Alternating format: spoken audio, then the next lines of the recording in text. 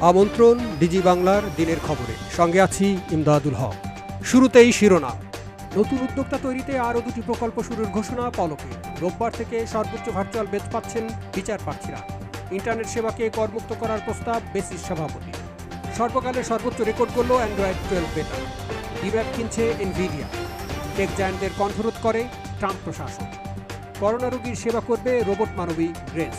এবং বর্জ্য দিয়েই রাসায়নিক ইট বানাচ্ছেন বাংলাদেশের গবেষকরা। এবার পুরো সংবাদ। নতুন উদ্যোক্তা তৈরিতে আরও 2টি প্রকল্প শুরুর ঘোষণা পলকের। নতুন উদ্যোক্তা তৈরিতে innovation design and entrepreneurship academy Bangladesh স্টার্টআপের পর আরও 2টি প্রকল্প নিয়ে কাজ করছে তথ্য ও যোগাযোগ প্রযুক্তি বিভাগ। প্রকল্পগুলো হলো enhancing digital government and economy এবং Sheikh Hasina institute of frontier technology. শনিবার সকালে বুট ক্যাম্প উদ্বোধনকালে এসব তথ্য জানান আইসিটি প্রতিমন্ত্রী Junaid Ahmed Palak. Innovation design entrepreneurship academy startup বাংলাদেশের পর এখন নতুন একটা প্রকল্প আমরা শুরু করছি, enhancing digital government and economy, যেটা সংক্ষেপে দাঁড়ায় এইচ।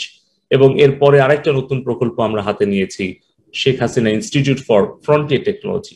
তো এই সকল কার্যক্রম এবং প্রকল্প কর্মসূচি কিন্তু আমাদের তরুণ উদ্ভাবক এবং উদ্যোক্তাদেরকে সহযোগিতা করার জন্য এবং বাংলাদেশে একটা এন্টারপ্রেনিউরিয়াল সাপ্লাই চেইন তৈরি করার জন্য।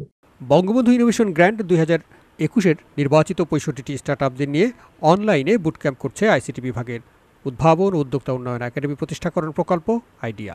প্রধান অতিথির বক্তব্যে নবীন উদ্যোক্তাদের বড় স্বপ্ন নিয়ে ছোট পরিসরে শুরু করে লক্ষ্য ছুঁতে ক্ষিপ্রতায় এগিয়ে যাওয়ার আহ্বান জানান পলক। আপনাদের পুরো কিন্তু প্রক্রিয়া, আপনাদের পুরো পারফরমেন্স, অ্যাক্টিভিটিস, এগুলো সবকিছু কিন্তু খুবই তীক্ষ্ণ দৃষ্টিতে লক্ষ্য রাখা হবে। আমি এই জন্যই বলছি যে আপনারা প্রত্যেকটা মুভ আপনাদের কিন্তু খুবই সতর্কতার সাথে এবং মনোযোগের সাথে করতে আমি অনুরোধ করব। কারণটা হচ্ছে যে এই 65টি স্টার্টআপ আমাদের আগামী দিনের বাংলাদেশের অর্থনীতির জন্য আমরা খুবই গুরুত্বপূর্ণ মনে করি। সকল স্টার্টআপদের জন্য আমার একটা শেষ অনুরোধ, think big, start small, move fast. Idea প্রকল্পের ইনভেস্টমেন্ট ম্যানেজার ফয়েজ আহমেদের সঞ্চালনায় অনুষ্ঠানে পলক আরও বলেন, পাঠাও ট্রাক লাগবের মতো আগামী দিনের স্টার্টআপগুলো যেন দেশের সমস্যাগুলোর সমাধান করে, প্রয়োজন মিটিয়ে লক্ষ লক্ষ কোটি কোটি তরুণ তরুণীর আরও নতুন নতুন কর্মসংস্থান তৈরি করতে পারে, সেটি আমাদের লক্ষ্য। বাংলাদেশ কম্পিউটার কাউন্সিলের নির্বাহী পরিচালক পার্থপ্রতিম দেবের সভাপতিত্বে অনুষ্ঠানে সংযুক্ত ছিলেন স্টার্টআপ বাংলাদেশের ব্যবস্থাপনা পরিচালক টিনা এফ জাবিন, আইডিয়া প্রকল্পের পরিচালক আব্দুর রাকিব, বেটার স্টোরেজ লিমিটেডের chief story teller Minhaj Anwar ও বিগ সমন্বয়ক সিদ্ধার্থ গোস্বামী ছাড়াও নির্বাচিত উদ্যোক্তারা। রোববার থেকে সর্বোচ্চ ভার্চুয়াল বেঞ্চ পাচ্ছেন বিচার প্রার্থীরা। আরও 9টি নতুন বেঞ্চ যোগ হয়েছে উচ্চ আদালতের ভার্চুয়াল কোর্টে। রোববার থেকে ভার্চুয়ালি বিচার কাজ পরিচালনা করবেন 30টি বেঞ্চ। এর ফলে দ্বিতীয় দফা করোনা সংক্রমণ বেড়ে যাওয়ায় গত 4 এপ্রিলের পর রোববার থেকে সর্বোচ্চ ভার্চুয়াল বেঞ্চ পাচ্ছেন বিচার প্রার্থীরা। এদিকে চলমান লকডাউনের মধ্যে গত 40 কার্যদিবসে ভার্চুয়াল শুনানিতে জামিন পেয়ে কারামুক্ত হয়েছেন 63,075 জন হাজতি। এর মধ্যে 1017 জনই শিশু। নিম্ন আদালতের ভার্চুয়াল কার্যক্রম বিষয়ে এই তথ্য জানিয়েছেন সুপ্রিম কোর্টের মুখপাত্র ও হাইকোর্ট বিভাগের স্পেশাল অফিসার মোহাম্মদ সাইফুর রহমান। তিনি জানিয়েছেন, গত 12 এপ্রিল থেকে 10 জুন পর্যন্ত মোট 40 কার্যদিবসে সারা দেশে অধস্তন আদালত এবং ট্রাইব্যুনালে 1,23,065টি মামলায় জামিনের দরখাস্ত ভার্চুয়াল শুনানির মাধ্যমে নিষ্পত্তি হয়েছে।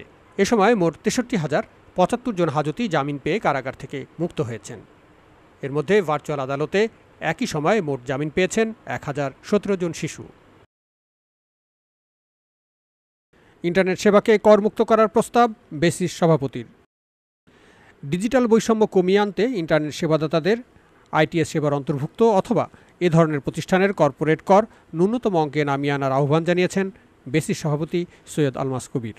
ইন্টারনেটের দাম কিন্তু এখনো অনেক বেশি এবং ডিজিটাল ডিভাইড কিন্তু অনেক রয়ে গেছে, এবং সেটাকে কমানোর জন্য যে ইন্টারনেট সার্ভিস প্রোভাইডারদেরকে আইদার আইটি এনেবল সার্ভিস হিসাবে ঘোষণা করা হোক অথবা তাদের কর্পোরেট ট্যাক্স কমিয়ে একটা নমিনাল পর্যায়ে নিয়ে আসা হোক, তাহলে that will actually contribute towards the আপনার এই দাম কমানোর পিছনে একটা ভালো কাজ করবে আর কি।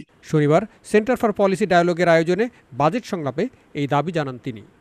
ইন্টারনেটের উপর কর আরোপ না করলে ইন্টারনেট নির্ভর সেবা থেকে সরকার আরও বেশি রাজস্ব আয় করতে পারবে বলে মত দেন বেসিস সভাপতি। Internet is a vehicle. ইন্টারনেটকে ট্যাক্সিং না করে ইন্টারনেট নির্ভর যে ব্যবসা আরো নতুন নতুন তৈরি হবে, যেমন এখানে হয়তো ই লার্নিং তৈরি হবে, এখানে হয়তো আরো ডিজিটাল কমার্স বাড়বে, এখানে টেলিমেডিসিন বাড়বে, এখানে নানা রকম ওটিটি সার্ভিস বাড়বে। সো সেগুলো থেকে সরকার কিন্তু অনেক বেশি রাজস্ব পাবেন বলে আমি মনে করি। দেশীয় সফটওয়্যার প্রতিষ্ঠানগুলো যেন বিদেশেও সেবা দিতে পারে সেজন্য G2G চুক্তির উপর গুরুত্ব আরোপ করেন সৈয়দ আলমাস কবির।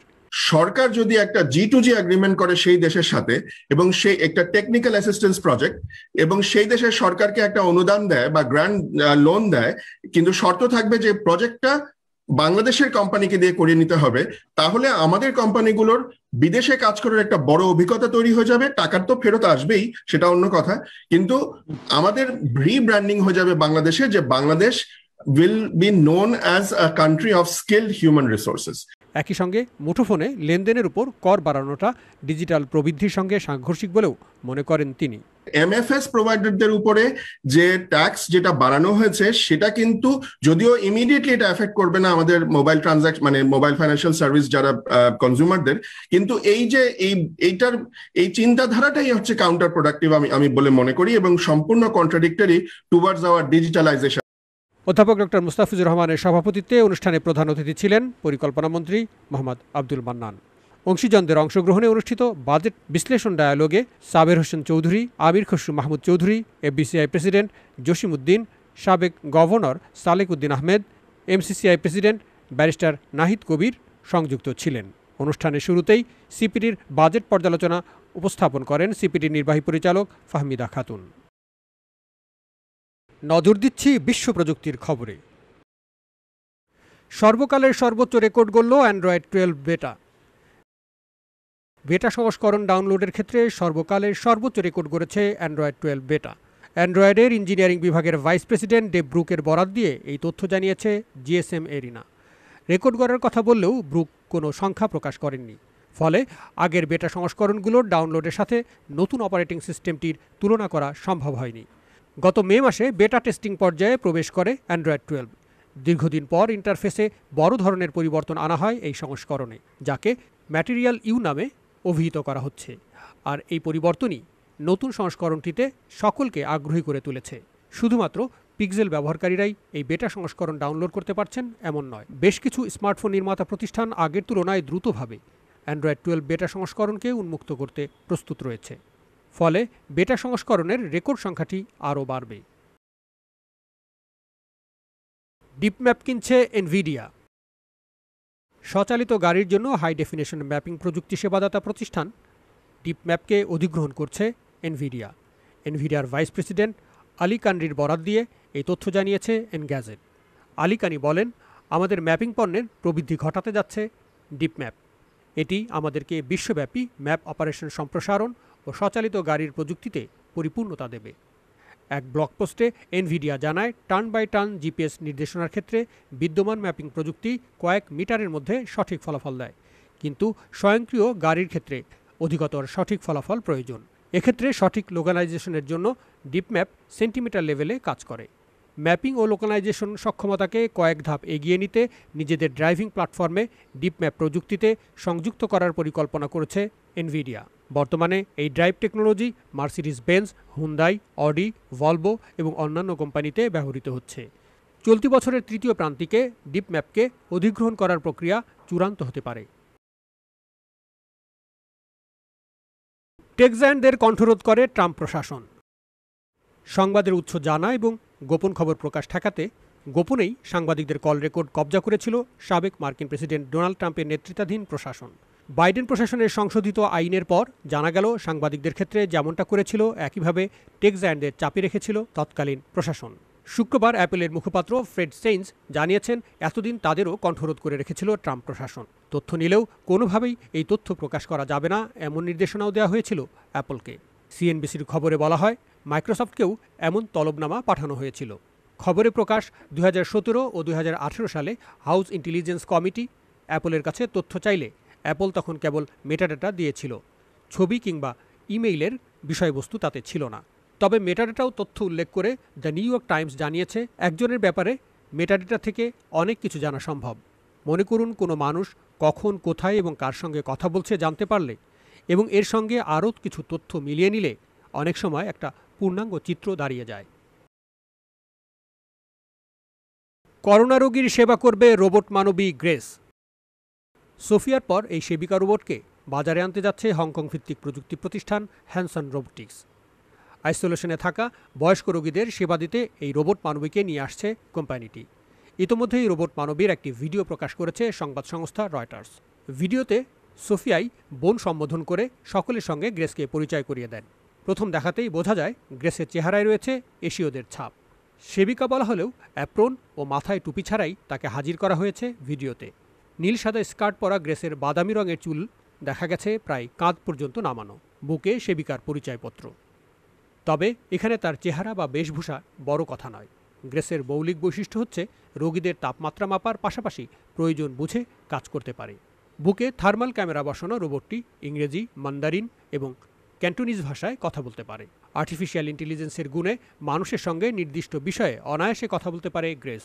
থার্মাল ক্যামেরা ফিট করা আছে, তাই রোগীর শরীরের তাপমাত্রা মেপে নিতেও কোনো অসুবিধা হয় না তার। আবার রোগীর চেহারা দেখে তার অবস্থান সম্পর্কেও বুঝতে পারে, অনুকরণ করতে পারে অঙ্গভঙ্গিও। হ্যানসন রোবোটিক্স প্রতিষ্ঠাতা ডেভিড হ্যানসন জানিয়েছেন, আগামী বছরের মধ্যে হংকং, চীন, জাপান এবং কোরিয়ায় এ ধরনের রোবট উৎপাদন পুরোদমে শুরু হবে। খুব কম সংখ্যক বানানোয় আপাতত প্রতিটি রোবটের দাম পড়বে বিলাসবহুল গাড়ির সমান, তবে ভবিষ্যতে দাম কমবে। অবশ্য এর আগেই আগস্টে যৌথ অংশীদারিত্বে সিঙ্গুলারিটি স্টুডিওতে শুরু হবে গ্রেসের বেটা সংস্করণ তৈরির কাজ। এমনটাই জানিয়েছেন প্রতিষ্ঠানটির সিইও ডেভিড লেক। বর্জ্য দিয়েই রাসায়নিক ইট বানাচ্ছেন বাংলাদেশের গবেষকরা। গত টানা ৩ বছরের গবেষণা শেষে বর্জ্য থেকে দেশীয় প্রযুক্তিতে পরিবেশবান্ধব টেকসই নির্মাণ শিল্পে প্রবেশ করতে যাচ্ছে বাংলাদেশ। চট্টগ্রাম প্রকৌশল ও প্রযুক্তি বিশ্ববিদ্যালয়ের গবেষণা ল্যাব থেকে বাস্তবে এই প্রযুক্তির ব্যবহারের অপেক্ষার দিন শেষ হতে চলেছে আগামী মাস নাগাদ। গবেষণায় চুয়েটের সঙ্গে থেকেছে ইংল্যান্ডের লিভারপুল জন মুরস বিশ্ববিদ্যালয়। শিল্প বর্জ্য ব্যবহার করে গবেষণাগারে রাসায়নিক জিওপলিমার পদ্ধতিতে প্রচলিত ইটভাটার ইটের বিকল্প যে ইট তৈরি করা হচ্ছে তা অত্যন্ত উন্নত মানের বলে দাবি গবেষকদের। ইংল্যান্ডের লিভারপুল জন মুরস বিশ্ববিদ্যালয় ও চট্টগ্রাম প্রকৌশল ও প্রযুক্তি বিশ্ববিদ্যালয় একত্রে বিগত ৩ বছর যাবৎ গবেষণা করে উক্ত শিল্প বর্জ্য সমূহ ব্যবহার করে গবেষণাগারে রাসায়নিক জিওপলিমার পদ্ধতিতে প্রচলিত ইটভাটার বিকল্প অত্যন্ত উন্নত মানের ইট তৈরি করতে সক্ষম হয়েছেন। এই ইটের গুণগত মান বাংলাদেশের মান নিয়ন্ত্রণকারী সংস্থাগুলো কর্তৃক প্রদত্ত স্ট্যান্ডার্ড হতে অনেক ভালো পাওয়া গিয়েছে। আর তাদের এই দাবিকে ইতোমধ্যেই টেকসই হিসেবে স্বীকৃতি দিয়েছে আন্তর্জাতিক নির্মাণ নীতি নির্ধারণী প্রতিষ্ঠান আমেরিকান কংক্রিট ইনস্টিটিউট এসিআই। এদিকে ব্রিটেন সরকারের আর্থিক সহায়তায় নেওয়া রাসায়নিক ইট তৈরির এই প্রকল্পে যুক্ত রয়েছেন চুয়েট শিক্ষার্থীদের নিয়ে গঠিত 16 সদস্যের গবেষণা দল। তাদের উদ্ভাবিত ইটগুলো ল্যাব পরীক্ষায় 50.5 মেগাপ্যাসকেল চাপ নিতে সক্ষম হয়েছে। তাছাড়া বাইন্ডিং ম্যাটেরিয়ালস ব্যবহার করে এর শক্তি আরও বাড়ানো সম্ভব, অর্থাৎ আগুনে না পড়লেও এই ইটগুলো হবে খুবই মজবুত। আর এই ইট তৈরিতে পানি শোষণ সর্বোচ্চ 8% হওয়ায় দেয়াল হবে টেকসই। এমনটাই জানিয়েছেন গবেষণা দলের প্রধান চুয়েটের প্রকৌশল বিভাগের অধ্যাপক ডক্টর জিএম সাদিকুল ইসলাম। বর্তমানে গবেষকবৃন্দ বাণিজ্যিকভাবে যাতে এই ইটের উৎপাদন শুরু করা যায় তার জন্য দাম কম করার পদ্ধতি নিয়ে গবেষণা করছেন। আশা করা যায় খুব শীঘ্রই দেশীয় প্রযুক্তিতে শিল্প বর্জ্য ব্যবহার করে অত্যন্ত উন্নত মানের রাসায়নিক ইট তৈরি করা সম্ভব হবে। তিনি আরও জানিয়েছেন, কয়লাভিত্তিক বিদ্যুৎ কেন্দ্র থেকে উৎপাদিত ফ্লাই অ্যাশ, ইস্পাত তৈরির সময় উৎপাদিত 3 ধরনের স্ল্যাগ এবং অকেজো ভবনের বর্জ্য দিয়ে তৈরি করা হচ্ছে রাসায়নিক ইট। ডাম্পিং বা ভূমি ভরাট করে প্রচলিত ইস্পাত, বর্জ্য ও কয়লাভিত্তিক বিদ্যুৎ কেন্দ্র থেকে ফ্লাই অ্যাশের ব্যবস্থাপনা আশেপাশের পরিবেশের উপর নেতিবাচক প্রভাব পড়ার সম্ভাবনা রয়েছে। এর ফলে এ ধরনের বর্জ্য ব্যবস্থাপনায় আর্থিক ব্যয়ের পাশাপাশি দূষণ হওয়ার সম্ভাবনা থেকে যায়। বর্তমান হিসেবে বাড়তে থাকলে 2024 সালের পর ফ্লাই অ্যাশের বার্ষিক উৎপাদন 8,65,000 মেট্রিক টনে উন্নীত হবে। ফ্লাই অ্যাশের রাসায়নিক গঠনের বিষয়টি বিবেচনা করে এটিকে পোড়ানো ছাড়া পরিবেশ বান্ধব ইট তৈরিতে ব্যবহার করে এই সমস্যার দ্বৈত সমাধান হতে পারে। কিভাবে তৈরি হবে প্রশ্নের জবাবে অধ্যাপক সাদিকুল ইসলাম বলেন, ইট বানাতে আমরা চীন থেকে মেশিন এনেছি। বর্জ্যের সঙ্গে রাসায়নিক মিশ্রণের মাধ্যমে এই মেশিনেই তৈরি করা হবে দেশীয় প্রযুক্তির পরিবেশ বান্ধব ইট। এতে বর্জ্য ব্যবস্থাপনা যেমন সহজ হবে, তেমনি পরিবেশ রক্ষা পাবে। বিশ্বব্যাপী শিল্প বর্জ্য উৎপাদনের পরিমাণ প্রতি বছর প্রায় 1300 কোটি মেট্রিক টন। 2025 সালের মধ্যে তা প্রতি বছর 2200 কোটি মেট্রিক টনে উন্নীত হওয়ার আশঙ্কা করা হচ্ছে। পরিবেশ বান্ধব টেকসই উন্নয়নের জন্য পরিবেশ দূষণ এবং উৎপন্ন বর্জ্যের পরিমাণ হ্রাস করা এবং ভবিষ্যতের জন্য প্রাকৃতিক সম্পদ সুরক্ষিত রাখা খুবই প্রয়োজন। ইটভাটার তৈরি ইটের প্রধান সমস্যা অতিরিক্ত পানি শোষণ, যা দেওয়াল সহজে নষ্ট করে ফেলে। কিন্তু গবেষণায় তৈরি ইটের পানি শোষণ ক্ষমতা 8% থেকে কম পাওয়া গিয়েছে। গবেষণা এই দলটিতে এখন নিরন্তর কাজ করছেন চুয়েটের শিক্ষার্থী লামিয়া ইসলাম, আনিকা ফারজানা, তাহসিন মাহমুদ, শাফকাত আর রুম্মান, মোসাদ্দেক হাবিম, ইশরাত জাহান, মাহতাব ইসমাম, সুদীপ্ত সরকার, এস.এম. শাহরিয়ার শিফাত, মোহাম্মদ এহসানুল কবির, মুমতাহিনা আলম এবং লিভারপুল জন মুরিস বিশ্ববিদ্যালয়ের অধ্যাপক ডক্টর মনোয়ার সিদ্দিকী। নদী ভাঙন রোধে ব্যবহৃত হয় কংক্রিট ইট। তবে নতুন উদ্ভাবিত এই রাসায়নিক ইট কংক্রিট ইটের বিকল্প হওয়ার পাশাপাশি পরিবেশ রক্ষায় গুরুত্বপূর্ণ ভূমিকা রাখবে বলে মনে করেন শিক্ষার্থী মোসাদ্দেক হাবিম। এটি তৈরিতে ব্যবহৃত হয় কলকারখানা ও নির্মাণ বর্জ্য এবং বর্জ্য পদার্থের মাধ্যমে তৈরি হওয়ার কারণে এটি অবশ্যই কংক্রিট ব্লক হতে অনেকাংশে পরিবেশ বান্ধব এবং অর্থ সাশ্রয়ী। আমরা যথেষ্ট আশাবাদী যে ভবিষ্যতে বর্জ্য পদার্থের তৈরি এই কংক্রিট ব্লকের বিকল্পটি নদী ভাঙন রোধে অনেক কার্যকর ভূমিকা রাখবে। নারী শিক্ষার্থী লামিয়া ইসলামের মতে শুধুমাত্র নদী ভাঙন রোধেই নয়, শিল্প বর্জ্য নির্মাণ বর্জ্যের সমাধানে টেকসই সমাধান করবে।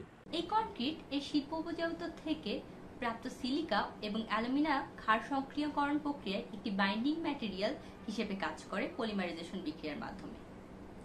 রিসাইকেল জিওপলিমার কংক্রিট কেবলমাত্র নদী ভাঙন সমস্যার সমাধান করে না, পাশাপাশি শিল্প বর্জ্য ও নির্মাণ বর্জ্যগুলোরও টেকসই সমাধান করে। এমনকি ইউএনডিপি এর সাস্টেনেবল ডেভেলপমেন্ট গোল অর্জনেও অগ্রণী ভূমিকা পালন করবে। গবেষক দলের সঙ্গে আলাপকালে জানা গেল, বর্জ্য থেকে দেশীয় প্রযুক্তিতে নির্মিত এক একটি ইটের দাম পড়বে 10 টাকার নিচে। বাণিজ্যিকভাবে নির্মাণ ব্যয় করতে এখন কাজ করছেন গবেষকরা। সরকারি সহায়তা পেলে দেশীয় এই প্রযুক্তিটি বিশ্বময় ছড়িয়ে দিতে ভূমিকা রাখতে চান বাংলাদেশের পুরকৌশল বিজ্ঞানীরা। প্রিয় দর্শক, আজ এ পর্যন্তই। ডিজিটাল জীবনধারায় নিরাপদে ভালো কাটুক সবার জীবন। প্রযুক্তির সঙ্গে আপডেটেড থাকতে যুক্ত থাকুন ডিজি বাংলায়।